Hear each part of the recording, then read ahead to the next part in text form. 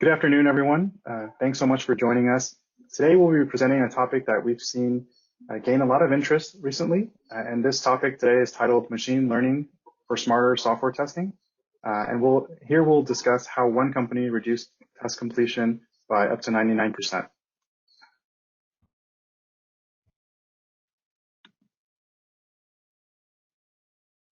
As part of today's agenda, we'll start with briefly about the topic and today's speakers, and we'll jump in a little bit about who we are at TTC, our perspective on machine learning and testing, as well as our partner that is joining us today, a company called Appsurify, and their client use case for machine learning in testing and the ROI that they've seen through their use of machine learning.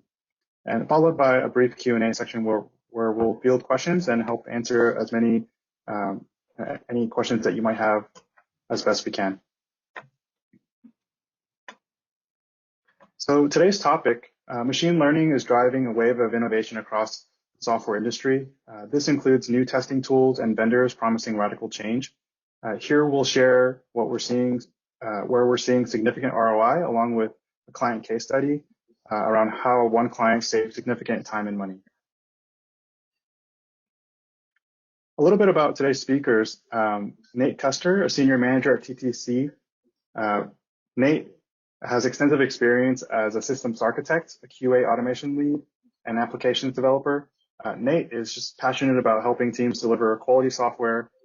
When he's not at his computer, you'll probably find him either reading a book or sipping his favorite scotch or talking about his favorite soccer team, Manchester United.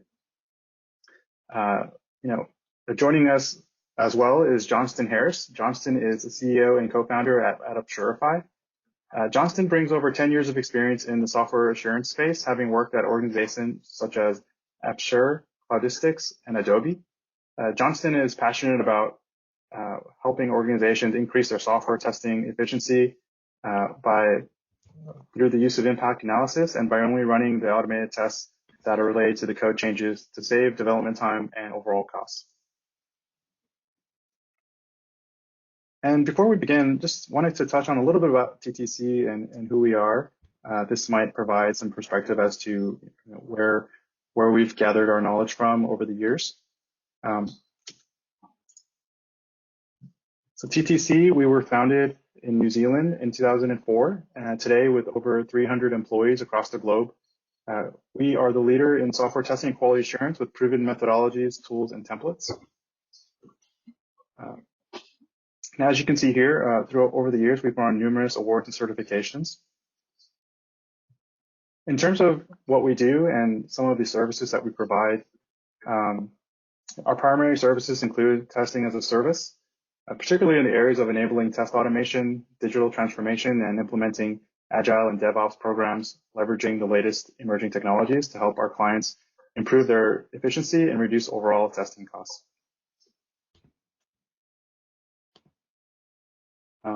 In terms of who we've worked with, the perspective we've gained over the years comes from a number of leading Fortune 500 organizations that we've worked with, and we're excited to share that experience with you today. And with that, I'll be handing off to our first presenter, Nate Custer from TTC, who will be providing his perspective and the knowledge that he's gained around machine learning and testing. So take it away, Nate. Awesome. If I can go to the next slide, I'm afraid I can't control the slide deck here. So what I wanted to talk about today is really machine learning and testing. And what's important to me here is to say this is not a single topic, but a whole class of challenges, right? Well, there are different places we apply machine learning. And when I'm thinking about it, I try to think about the same questions every time. So Fawn can go to the next slide and we'll talk about what those questions look like. I would start with what's the pain point? Where's the challenge with the existing approaches we've got? And then my second question is, are there already good strategies that solve that pain point? So machine learning is coming, and there's lots of great upside there. But I first want to go with the tried and true methodologies I've seen work repeatedly in the past. So are there good solutions that clients can use right now to get there that don't even have to worry about machine learning? My third question is, are there enterprise solutions ready? And enterprise ready solutions is a big thing for TTC, as you can see kind of who our clients usually are. I mean, the enterprises, they have a lot of specific demands that sometimes rule out certain tools. So, and my fourth question always is, if there are tools in place, what happens when it doesn't work, right? How do we make sure that we're still covered if it doesn't work? And if it's not yet ready, how do we position ourselves? So this time I want to focus on what I call test selection or impact analysis. What's the pain point here? This actually happened to me early on in my career as a QA lead. I was working at a company and we had a 0-day defect released against our product. And so someone wrote a nice little tool that you could plug in a website that used our tool, and you could get all the customers' contact details, their name, their address, their security questions, and their credit card information. It's terrifying for us because our customers place a lot of trust in us, and they risked losing a lot of their customers who place trust in them. We had just started building out automation, and to run the entire test suite that we had would have taken 8 hours, and every single minute that we didn't release an update, new clients of ours could get compromised. And the goal was, why can't you run the important tests, the ones that really matter, the ones that will tell you if this change broke anything? And unfortunately, it was in a pretty core area, so what the important tests were wasn't instantly obvious. Impact analysis about being able to run the important tests quickly, right? Of being able to solve a pain point like this. So what are some approaches that help us get to do this? There are a couple of existing approaches. In the next slide, I'll talk about that one. You can go there. Requirements traceability or code coverage traceability. So you can actually, if you instrument all of your tools correctly, you can say, what lines of code does this test cover? It's okay. These are okay. The problem is what we want isn't just does this test cause these lines of code to be executed, is does this test verify if the results of these lines of code being executed actually tell us something important in the test or not, right? So there are lots of places where we pass through something, but we're not checking if that thing did what it was supposed to or not.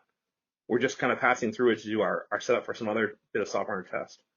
Another approach is what we call kind of grouping or tagging. So you can group your tests into sets, and I kind of call this like having a coach with a whole playbook, and they can flip through and say, yes, and this against this defense, I want to call this play.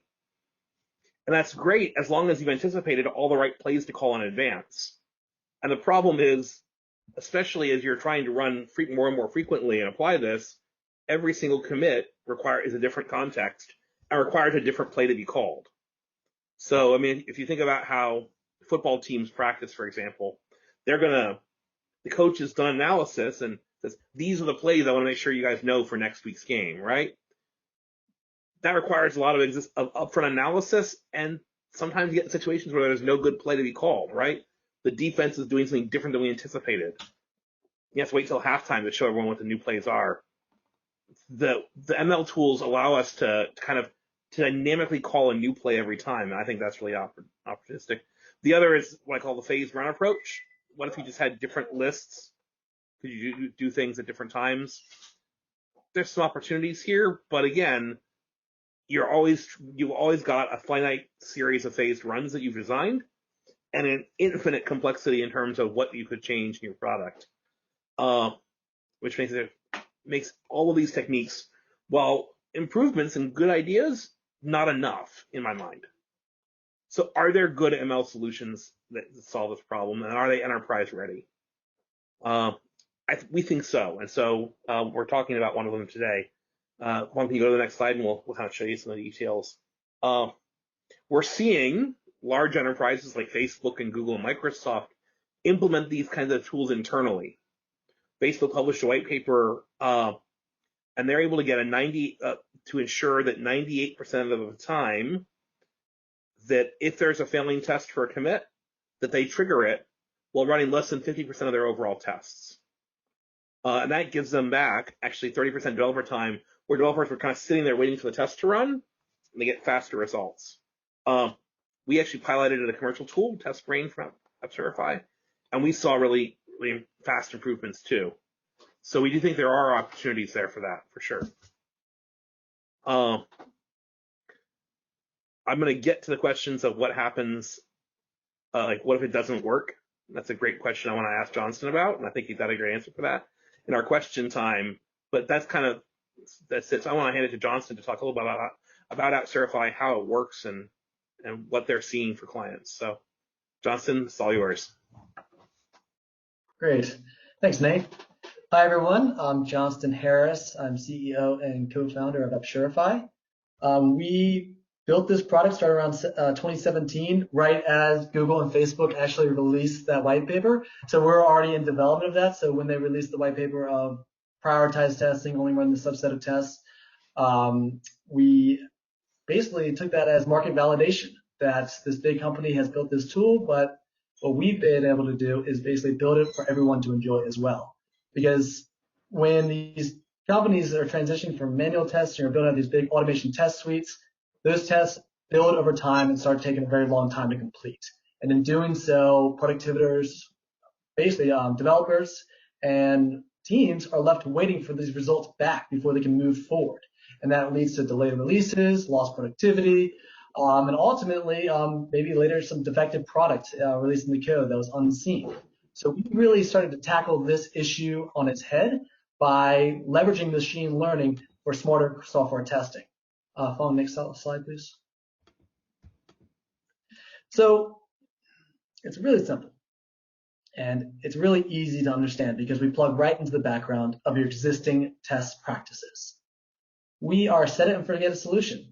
We basically, what we do is we run the metadata on the repository, we analyze it, and then when a developer submits a new code change, we only run the tests associated with that code change.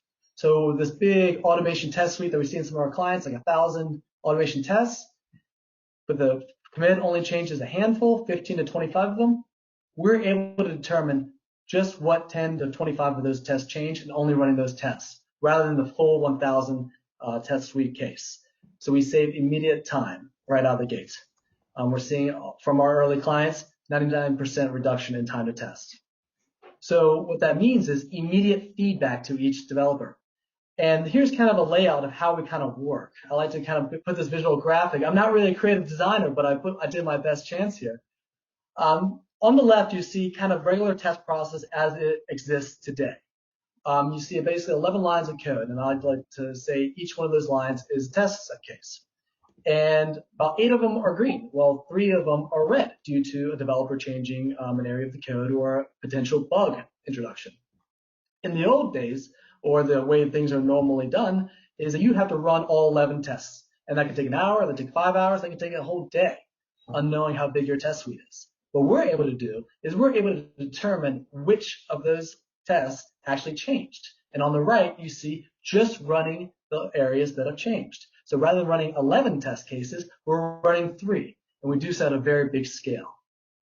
Next slide, please, one. So where we fit in, it's very simple. We basically work with any Git-based repository, plug right into your current CI/CD, and within 5 minutes, we're up and running. Or as we said, machine learning, it gets smarter over time. So we're seeing out of the gates after about a week, an 80% reduction in time it takes to complete automation test suites. With about 3 weeks, we're about 90%.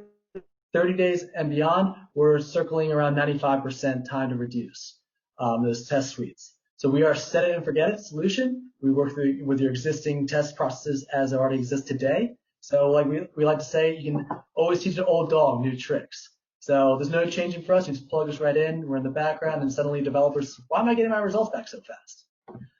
Next slide. Well,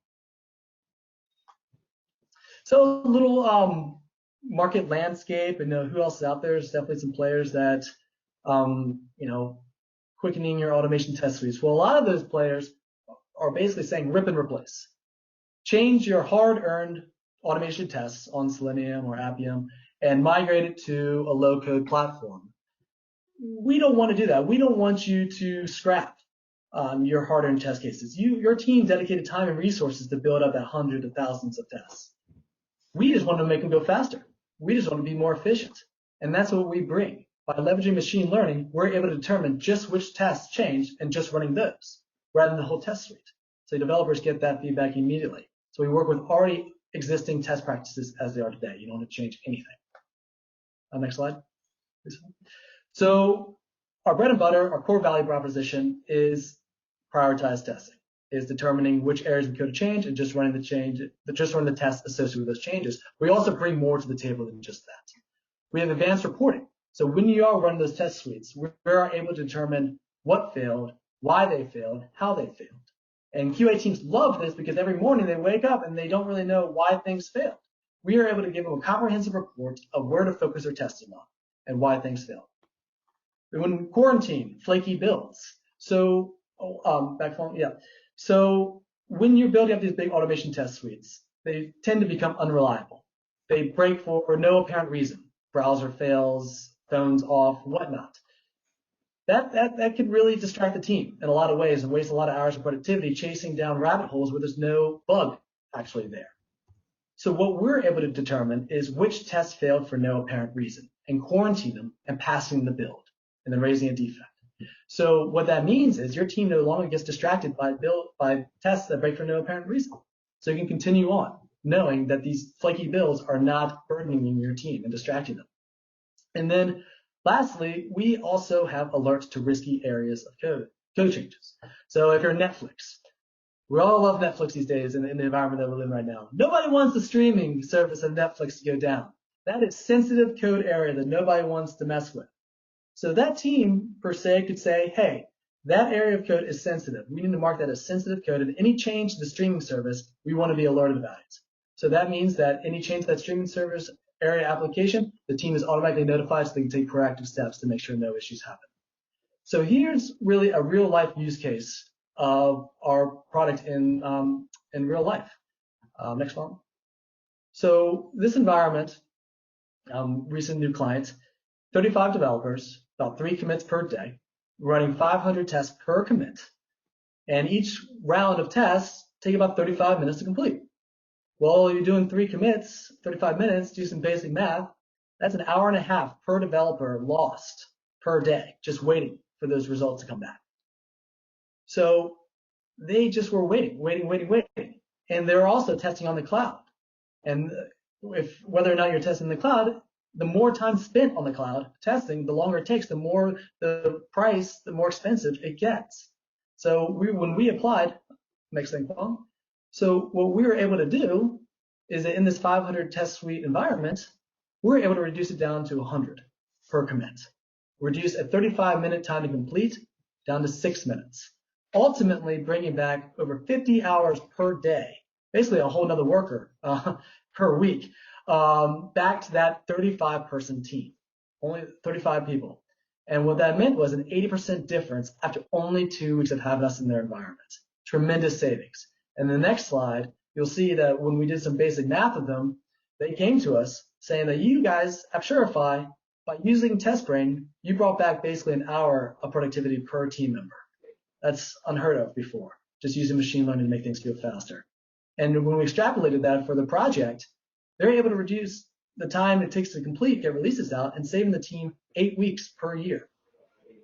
They did some basic math. They came to us like, we did some math, and the value of this thing is tremendous through the roof. Just for our 35-person team, we're saving us over $500,000 in annual savings. And our cloud bill, our roughly $10,000 a month cloud bill, was under $2,000 this month.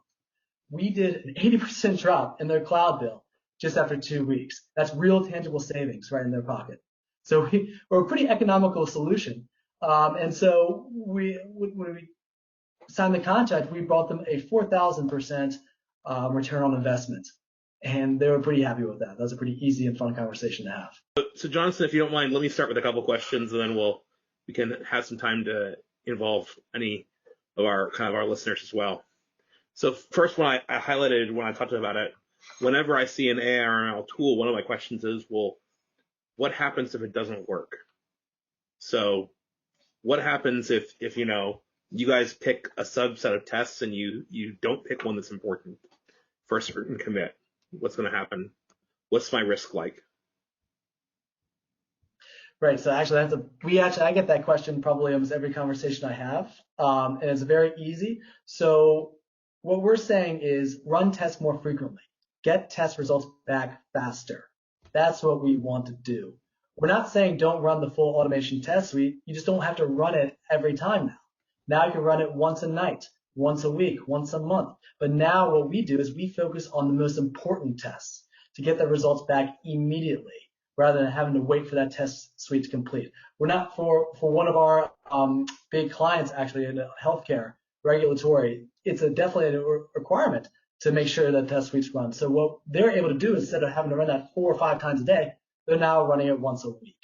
So significant savings on the cloud, significant savings on the infrastructure, and the developers are continuously testing throughout the day, getting results back and leveraging those results to keep working and doing what they're doing. Yeah, I love that you talk about developers getting the results quickly. I actually had my boss when I was running a QA infrastructure who said, I need developers to have results with a certain SLA in terms of time. Pick what tests you run. So it was always the time was important, and the logic behind that was that if a developer is waiting half an hour or an hour for test results, they're going to go off and do something else. Mm-hmm. And then when they see those results come back and it failed, they've got to go back and they got to kind of reset and understand the problem again. They lose that flow, right? If you're in the flow of I submit a pull request, it comes back and 5 minutes later I get my results. I still remember all that. It's still my short-term memory, and I could switch a lot faster to fixing it. So I think that developer time is really essential. What are you guys seeing in terms of how fast developers want to get results? Yeah, so I mean that's why there's so many coffee shops in San Francisco, because developers have so much time after they submit their code to go grab a fresh cup of coffee or play some playing ping pong. There's a reason why I lost to my technical co-founder James in ping pong, because he got so much experience. We're seeing about 5 to 10 minutes. If it's anything over 5 to 10 minutes, people start to start another task or whatnot. And if we can get it under that 10-minute mark, if it's taken 2 hours, we can get under that 10-minute mark and they can continue on their task. Imagine you're still in that wavelength, still in that moment, that the moment you submit it off, you get the results back, you continue on until that task is complete. We're finding that like 35% is like in a day is lost because people keep switching, trying to multitask between different tasks, focusing on the one at hand and finishing that one fully and high quality. So by them allowing to start that task and finish it right then and there, it's tremendous productivity savings, because they don't have to hop around and wait and do other things and come back to it. They get to start and finish something right there in the start. Awesome. And the other question I had, we talked about kind of test selection and savings there, and I understand that core value proposition, but you talked about also quarantining flaky tests. I know that for companies that are doing continuous deployment as well as continuous integration, where they're actually pushing into production, they're only going to push if everything passes, if you can give me a thumbs up, right? And flaky tests are the bane, because you have to kind of rerun them, and it's just flaky tests are, if you go to any software testing conference, there's at least 4 talks on dealing with flaky tests. I remember I went to the Selenium conference and there was someone from Salesforce doing one, and I was like, oh yes, I'm going to learn the secrets of how a big company does it, how they fix it. And they're like, yeah, flaky tests are hard. Like, what do you do? Yeah. We quarantine them. Like, they're a fact of life. They're a fact of life now. That's actually one of the coolest value adds of our solutions. Like, yeah, we definitely get results back fast, but we also quarantine flaky builds. So if you have 1,000 test suite and 10% coming back flaky, we still pass the build, because we're able to determine which ones are flaky and quarantine them, so you can still pass the build in green, so you can submit that to branch or whatnot into production. So that's the coolest. It's one of the coolest things. People are like, whoa, what can you do? You can quarantine flaky builds, so it doesn't distract me, and I now 10% of my tests have to go correct, but oh wait, there's nothing to correct. So we are able to put them to the side, quarantine them, pass the build, so that developers can submit that code and get it out. Pretty cool. Yeah. Yeah. Just wanted to thanks Nate and thank Johnson for presenting today. At this time, we'll be fielding any questions that you might have within the audience. Feel free to question via the chat function, and we will go through the list and address as many as we can.